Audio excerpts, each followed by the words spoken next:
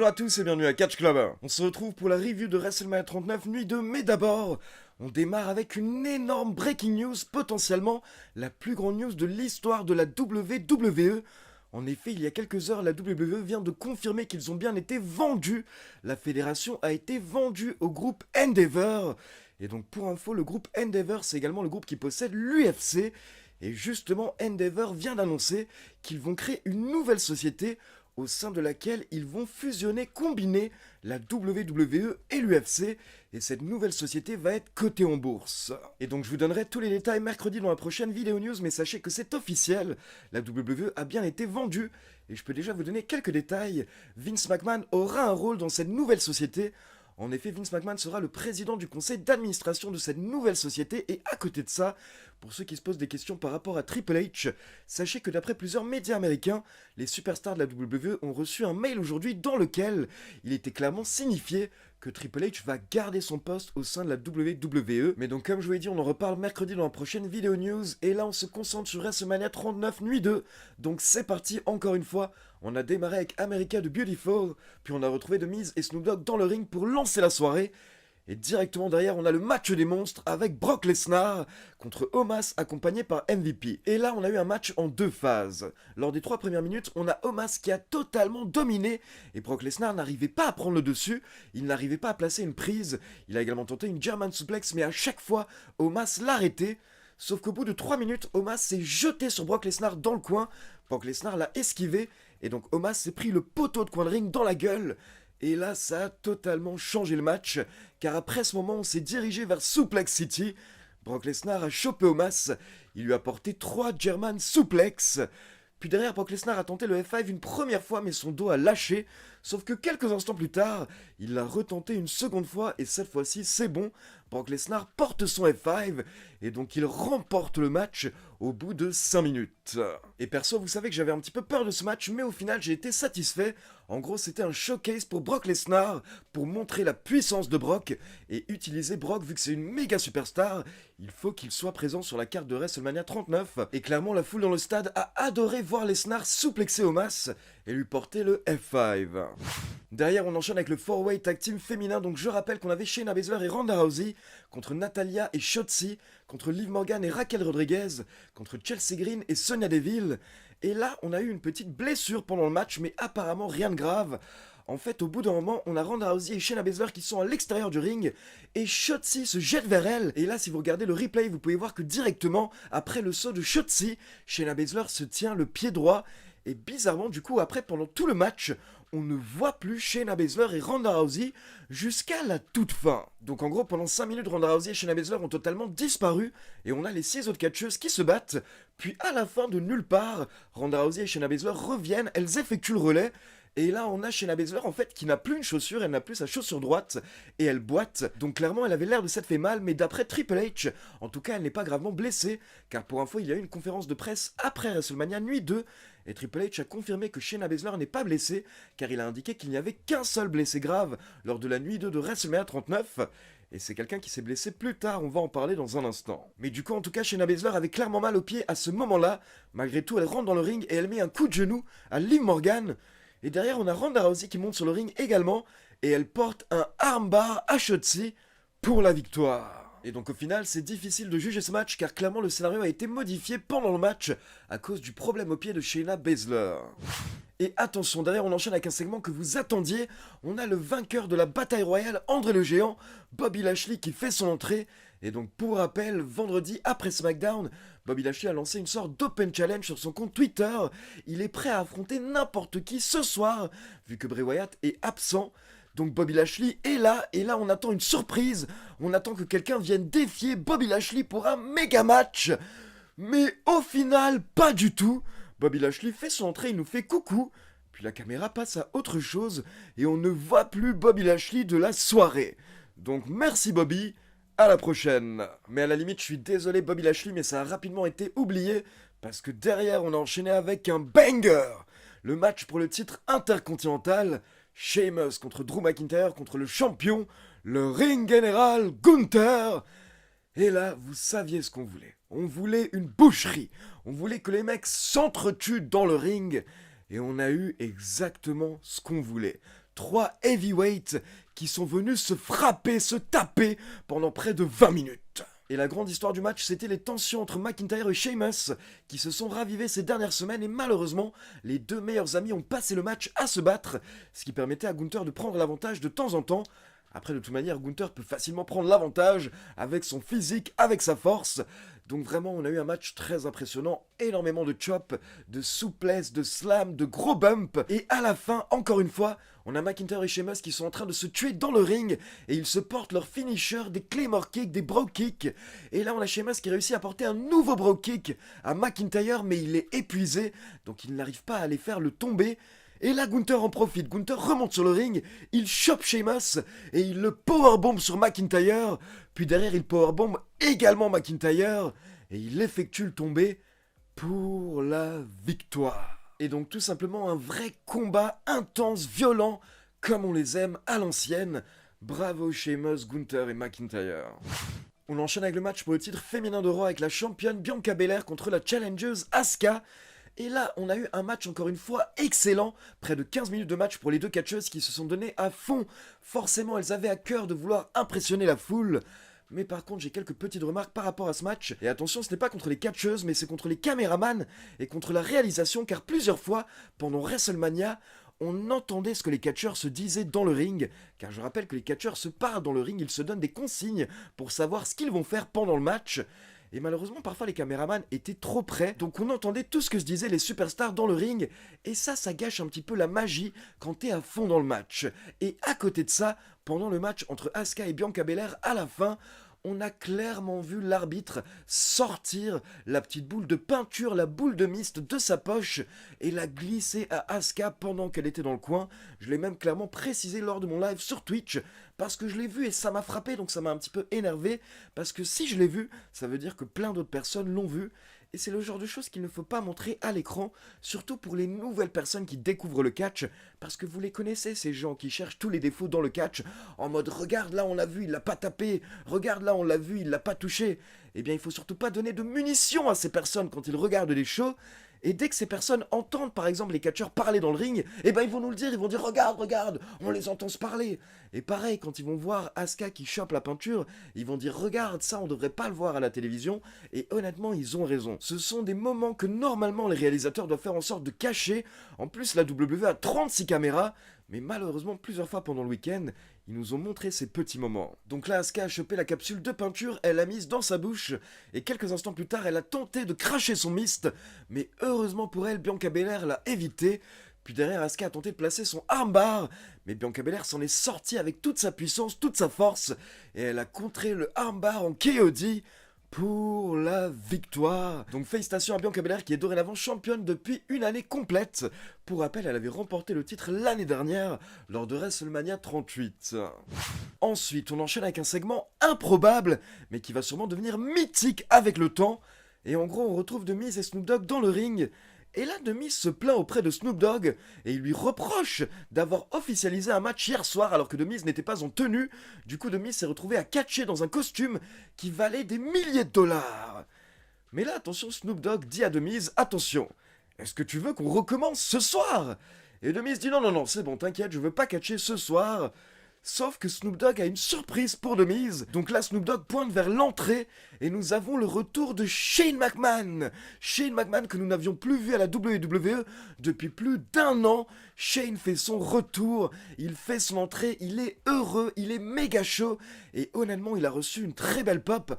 La foule était clairement ravie de revoir Shane McMahon hier soir. Et donc Shane monte sur le ring et directement, il dit qu'il est prêt à affronter The Miz. Donc un arbitre débarque sur le ring et c'est parti. On a un match qui n'était pas prévu entre The Miz et Shane McMahon. Sauf que là, on a eu une catastrophe. Car Shane McMahon met 2-3 coups de poing à The Miz, puis il le projette dans les cordes. Et là, Shane McMahon effectue un leapfrog, c'est-à-dire qu'il saute pour sauter au-dessus de The Miz. Mais quand il retombe, Shane McMahon se pète la jambe. Et donc là, il tombe au sol, il tente de se relever, mais il voit que sa jambe ne tient pas. Et pendant ce temps, on voit The Miz qui du coup ne comprend pas ce qui se passe.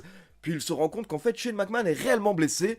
Donc The Miz ne bouge plus et l'arbitre demande à The Miz de reculer. Et donc là, comme je vous l'ai dit, c'est vraiment catastrophique parce qu'on est en plein match et il n'y a personne autour du ring, il n'y a pas d'autres superstars. Et c'est là qu'il s'est passé l'improbable. Snoop Dogg a totalement improvisé, car Snoop Dogg s'est rendu compte que Shane McMahon était réellement blessé, et donc Snoop Dogg a compris qu'il fallait faire quelque chose. Snoop Dogg, c'est un mec qui s'y connaît en divertissement, et en plus il a déjà participé à des shows de la WWE et de la AEW, il s'y connaît en catch. Donc Snoop Dogg a parfaitement analysé la situation, et il est monté sur le ring, il est allé vers de mise, et il lui a mis un coup de poing, une patate. Et là, directement, on a l'arbitre Jessica Carr qui est venue voir Snoop Dogg, et elle lui a dit « Do the people's elbow ». Donc l'arbitre Jessica Carr qui a sûrement reçu des consignes dans son oreillette, et elle est allée aider Snoop Dogg, elle a conseillé à Snoop Dogg de tenter le people's elbow. Donc pour rappel, bien entendu, c'est l'un des finishers de The Rock. Et ce qui est génial, c'est que vu que Snoop s'y connaît, il sait très bien ce que c'est, Snoop a compris, et donc derrière Snoop a enchaîné avec un moment mythique. Il a porté le People's Elbow, ou même le Widow's Elbow, lors de WrestleMania 39. Et alors qu'il n'avait rien demandé, au final derrière Snoop Dogg effectue le tombé, et donc il remporte un match à WrestleMania. Donc merci Snoop Dogg d'avoir géré à ce point-là. Et pour info, Triple H en a parlé lors de la conférence de presse après WrestleMania. Il a confirmé que Shane McMahon s'est réellement blessé dans le ring. Et pour info, Shane McMahon souffre d'une déchirure du quadriceps. Pour l'anecdote, c'est exactement la même blessure qu'avait subi Vince McMahon en 2005 quand il était monté dans le ring à la fin du Royal Rumble pour régler la situation entre John Cena et Batista. Les anciens s'en rappellent, sauf que pour info, pour l'anecdote, Vince McMahon, lui, comme c'est un fou, il s'était pété les deux quads en montant sur le ring. Et donc bien entendu, Triple H a indiqué que tout le monde a complimenté Snoop Dogg et de mise quand ils sont retournés en coulisses parce qu'ils ont vraiment parfaitement improvisé. Mais au passage, ce qui est fou tout de même, c'est que Shane McMahon, il a littéralement fait les choses les plus folles dans le monde du catch. Il a sauté du haut des échelles, il a sauté du haut des décors, il est passé à travers des vitres. Mais au final, le mec se blesse en faisant un vieux saute-mouton, un vieux leapfrog dans le ring. Donc vraiment pas de chance pour Shane. Et on lui souhaite un bon rétablissement. Ensuite, on enchaîne avec le Hell in a Cell match. Le démon Finn Balor contre Edge. Et là, on a eu des entrées spéciales hier soir. Donc d'abord, nous avons Edge qui a fait son entrée en mode The Brood. Je rappelle que c'est le clan dont faisait partie Edge durant l'Attitude Era à la fin des années 90, aux côtés de Gangrel et Christian. Donc entrée magnifique pour Edge. Et derrière, on a également Finn Balor qui a fait son entrée. Et donc on a eu le droit au retour du démon. Et on avait un Finn Balor qui était à fond dans son perso hier soir. Donc c'est parti, les deux superstars rentrent dans le ring. La cage est fermée. Et là on a eu un bon vieux Hell in a Cell bien intense, bien violent. Avec en plus plein d'armes. Donc des chaises, des candlesticks, des tables. Et au bout d'un moment, Edge va chercher une échelle. Il monte sur le ring. Et il jette violemment l'échelle au visage de Finn Balor. Et là, bien entendu, Finn Balor tente de se protéger, mais malheureusement pour lui, l'une des marches de l'échelle le frappe directement à la tête. Et donc, à la base, l'arbitre va voir Finn Balor, il lui demande s'il va bien, et Finn Balor dit oui, oui, je vais bien. Et on voit pas ce qui se passe parce que Finn Balor a son maquillage. Mais dès qu'il lève la tête, on se rend compte qu'il pisse le sang. Il y a plein de sang qui coule sur le ring. Et clairement, l'échelle avait ouvert le crâne de Finn Balor. Donc là, l'arbitre est obligé d'interrompre le match.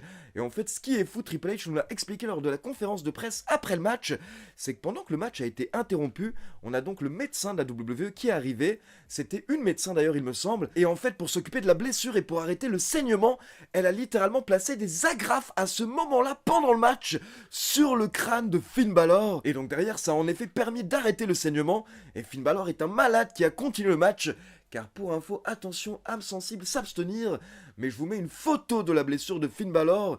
Et comme vous pouvez le voir, il s'est salement ouvert. Mais malgré tout, Finn Balor revient dans le match et il est à nouveau à fond. Et quelques instants plus tard, il commence à monter sur la troisième corde pour porter le coup de grâce.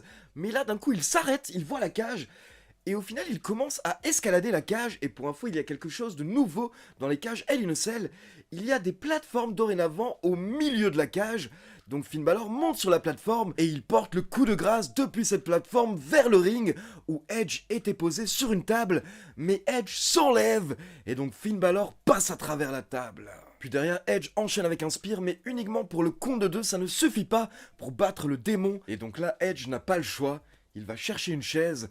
Il la positionne sous la tête du démon Finn Balor. Et derrière, il enchaîne en portant le concerto sur la tête du démon pour la victoire. Et donc bien entendu, comme beaucoup de personnes, je suis un petit peu déçu pour Finn Balor car comme vous le savez, je l'adore également. Mais je comprends le fait que la WWE veut également mettre en avant certains anciens dans des matchs. Ils l'ont fait lors de la nuit 1 avec Rey Mysterio pour faire plaisir à la foule. Et ils l'ont fait également lors de la nuit 2 avec Edge. Et donc forcément ça va pas faire plaisir à tout le monde. Mais on va dire que ça collait également à l'histoire. Dans le sens où Judgment Day avait un petit peu gâché la vie de Edge pendant des mois. Ils avaient même porté un concerto à sa femme. Et hier soir on va dire que Edge s'est enfin finalement vengé. Et j'espère maintenant que Edge et le Judgment Day pourront passer à autre chose.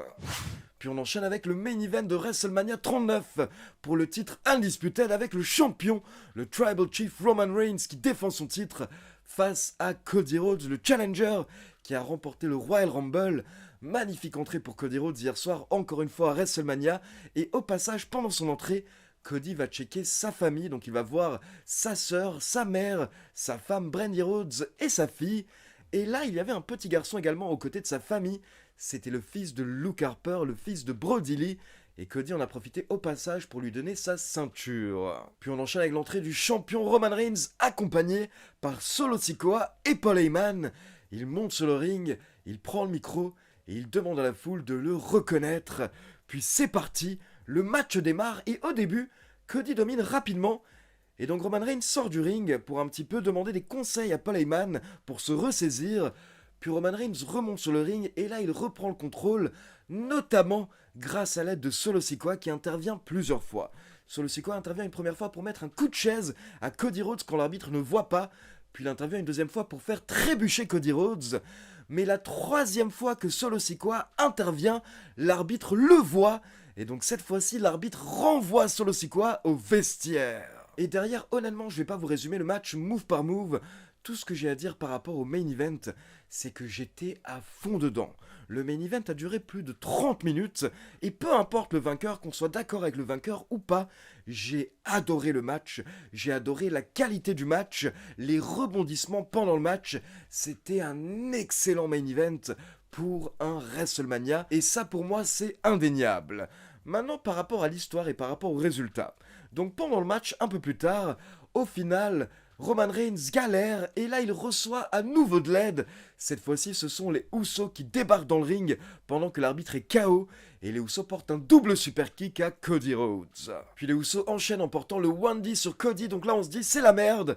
Mais Kevin Owens et Sami Zayn interviennent pour se débarrasser des Usos et au passage, ils en profitent également pour se venger sur Roman Reigns et pour équilibrer, on va dire, les choses. Donc Kevin Owens porte un stunner à Roman Reigns et Sami Zayn enchaîne avec un Hell of a Kick. Donc au final, les deux main eventers, Roman Reigns et Cody Rhodes, se sont chacun pris deux gros finishers. Et donc les Usos, Kevin Owens et Sami Zayn continuent de se battre et ils s'en vont. Et pendant ce temps, on a Cody Rhodes qui tente de ramper et d'effectuer le tombé sur Roman Reigns. Mais Roman Reigns se dégage avant le compte de 3. Et là, attention, Cody Rhodes a son second souffle, il reprend l'avantage, il met des droites à Roman Reigns, puis il enchaîne avec le Bionic Elbow, donc dédicace à son papa Dusty, puis il enchaîne avec le petit chop quand il est par terre, donc dédicace à son frère Dustin Rhodes, et ensuite Cody Rhodes se place pour un premier Crossroads effectué sur Roman Reigns, mais là il ne lâche pas prise, il relève Roman Reigns, et il enchaîne avec un second Crossroads. Puis encore une fois, il continue, il relève Roman Reigns et veut lui porter un troisième. Mais là, attention, Paul Heyman monte au bord du ring pour distraire l'arbitre. Et pendant ce temps, on a quelqu'un qui débarque dans le ring avec une capuche. Et en fait, c'est Solo Sikoa. Solo Sikoa revient très rapidement. Il porte son Samoan Spike à Cody, puis il s'en va. Et derrière, Roman Reigns n'a plus qu'à enchaîner avec un spear pour la victoire. Et là, je n'ose même pas imaginer le nombre de fans qui ont pété un câble et qui étaient persuadés que Cody allait remporter le match. Mais non, le chef tribal est invincible. Le chef tribal a la bloodline autour de lui. Et tant qu'il aura cette bloodline, il restera invincible. Donc Roman Reigns conserve le titre Undisputed. Et il se dirige clairement vers les 1000 jours de règne. Et honnêtement, pour vous donner mon avis perso, je comprends totalement les gens qui sont déçus pour Cody Rhodes, car beaucoup de personnes pensaient que c'était le moment parfait pour vraiment lancer Cody Rhodes en tant que top star. Et là, beaucoup de personnes pensent que du coup c'est gâché et que maintenant c'est fini pour Cody. Mais personnellement, je n'ai pas envie de m'emballer. Je pense que la WWE sait ce qu'elle fait. La WWE est vraiment en train de nous proposer les meilleures histoires depuis très très longtemps ces derniers mois. Et donc j'ai envie de leur faire confiance, car à côté de ça, si vous suivez ma chaîne, vous savez que moi, depuis le début du règne de Roman Reigns, je le soutiens, et je n'arrête pas de répéter que personnellement, je n'ai pas forcément envie que Roman Reigns perde le titre, car moi j'adore son règne. Je ne trouve pas ça trop long, et j'ai déjà expliqué plusieurs fois mon argument. Pour moi, quand quelque chose est bien, je ne vois pas pourquoi arrêter simplement parce que c'est long. Et en soi, le règne de Roman Reigns est incroyable, le règne de Roman Reigns est historique, et ça nous donne des storylines qui sont passionnantes.